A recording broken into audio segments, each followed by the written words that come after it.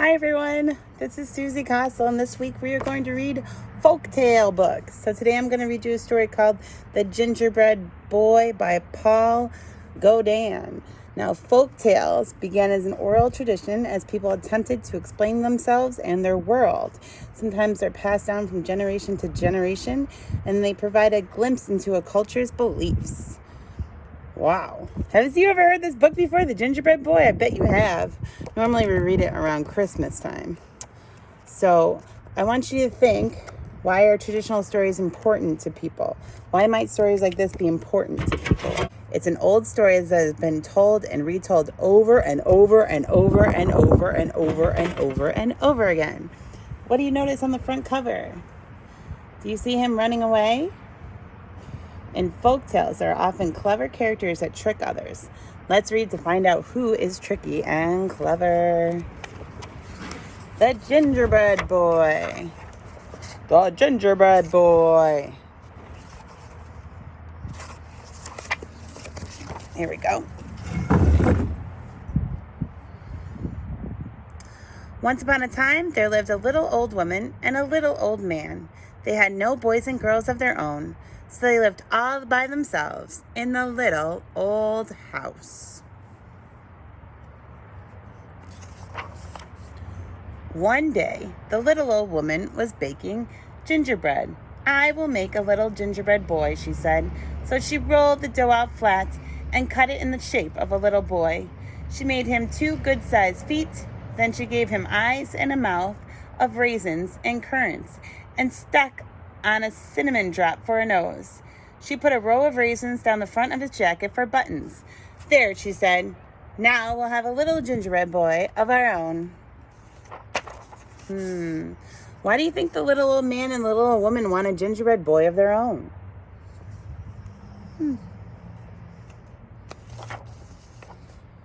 She put him in the pan, popped him into the oven, and closed the door.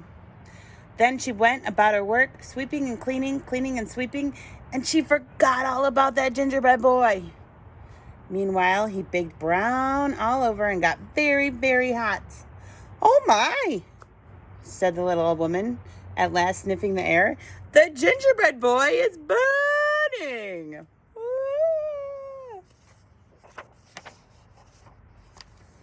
She ran up to the oven and opened the door. Up jumped the gingerbread boy. He hopped down onto the floor, ran across the kitchen, out of the door, across the garden, through the gate, and down the road as fast as his gingerbread legs could carry him. How do you think she feels now? Look at her face. What do you think she's thinking? Tell your mom or dad or whoever you're with what you think she's thinking right now. The little old woman and the little old man ran after him, shouting, "Stop! Stop, little gingerbread boy!" The gingerbread boy looked back and laughed and called out, "Now you might know this part. Run, run, catch me if you can. You can't catch me. I'm the gingerbread boy. I am. And they couldn't catch him. So the gingerbread boy ran on and on. Soon he came to a cow. Sniffed the cow. "You smell good." "Stop, little gingerbread boy. I would like to eat you." But the gingerbread boy laughed and said, "I've run away from a little old woman. I've run away from a little old man, and I can run away from you. I can." So the cow ran after him, but she couldn't catch him. What are you noticing about this story? What do you think will happen next? Let's find out. Did you say a horse would come next? If you did, you were right. The gingerbread boy ran on and on. Soon he came to a horse. "Please stop, little gingerbread boy," said the horse. "You look very good to eat." But the little gingerbread boy called out, "I've run away from a little old woman. I've run away from a little old man. I've run away from a cow, and I can run away from you. I can." So the horse ran after him, but he couldn't catch him.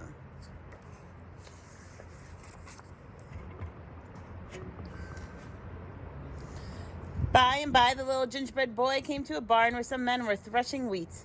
The thrushes saw the little gingerbread boy and called, "Do not run so fast, little gingerbread boy. Gingerbread boys are made to eat."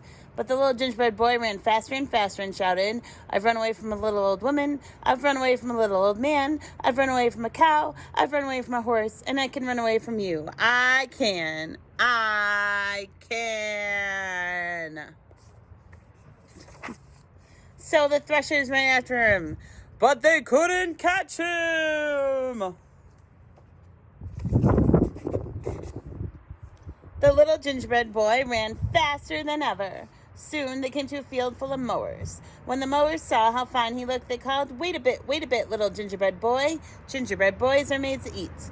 But the gingerbread boy laughed harder than ever and ran on like the wind. "Oh, ho," he cried. "I've run away from a little old woman. I've run away from a little old man. I've run away from a cow. I've run away from a horse. I've run away from a barn full of threshers. And I can run away from you. I can. So the mowers ran after him. But they couldn't catch him. Uh-oh. Who's coming next? It's the fox. What do you know about foxes? What do you think he wants to do to the gingerbread boy? Remember the story of the 3 little pigs and the big bad wolf? What do you think he's going to try to do? He doesn't look very... Okay, let's find out. By this time, the little gingerbread boy was very proud of himself. He strutted, he danced, he pranced. He thought no one on earth could catch him. Because he was gloating a little bit, right? He was bragging. That's not the best thing to do. Then he saw a fox coming across the field. The fox looked at him and began to run. But the gingerbread boy ran faster still, and he shouted, "Run, run! Catch me if you can. You can't catch me. I'm the gingerbread boy. I am. I've run away from a little old man. I've run away from a little old woman. I've run away from a cow. I've run away from a horse. I've run away from a barn full of threshers. I've run away from a field full of mowers. And I can run away from you. I can. "Why," said the fox politely, "I wouldn't catch you if I could." Just then the little gingerbread boy came to a wide river. He dared not jump into the water, for he would crumble to pieces if he did. He looked behind him. The cow, the horse, and all the people were still following and getting closer. He had to cross the river or they would catch him. The fox saw this and said, "Jump on my tail and I will take you across." So the little gingerbread boy jumped on the fox's tail, and the fox jumped onto the river. And when they were out in the river, the fox said, "Uh-oh, this looks like a silly situation. What's the problem for the little gingerbread boy? Where is he? Uh-oh. Little gingerbread boy, I think you had better get on my back or you might fall off." So the gingerbread boy jumped on the fox's back. After swimming a little farther, the fox said, "The water is deep. You may get wet where you are. Jump on my shoulder." So the little gingerbread boy jumped on the fox's shoulder. Uh-oh, what do you think's gonna happen next? Oh no. When they were near the other side of the river, the fox cried out suddenly, "The water grows deeper still. Jump on my nose, jump on my nose." So the little gingerbread boy jumped on the fox's nose. Do you think he ate him? The fox sprang ashore and threw back his head. Snip! Half the gingerbread boy was gone. Snip, snap! He was 3/4 gone. Oh, no! Snip, snap, snip, and at last, he went the way of every single gingerbread boy that ever came out of an oven. What did the fox do that everybody else didn't do?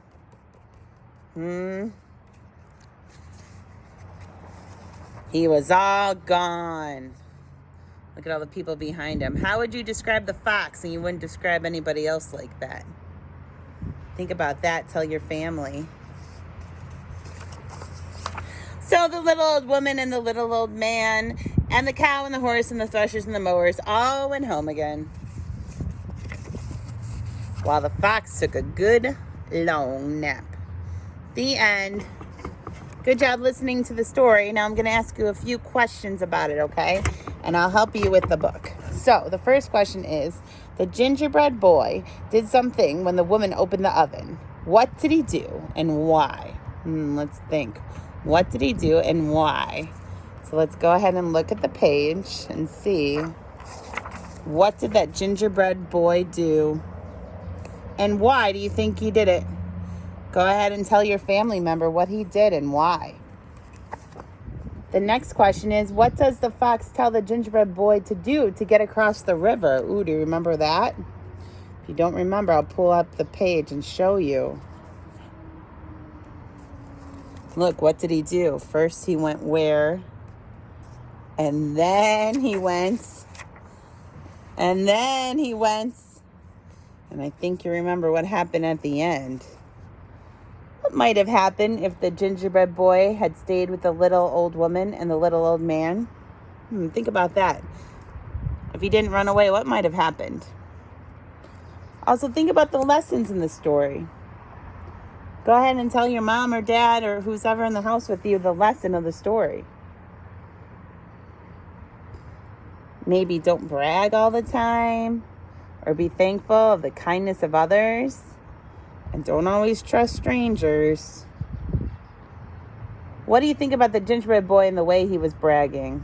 Yeah, I think about that when he was like, ooh, you can't catch me. Think about that. Folktales often have magic. What's magic in this story? So if you made a gingerbread boy in the oven, would he come alive? Probably not. So that was magical. And all the animals in the story, I think they all talked, didn't they?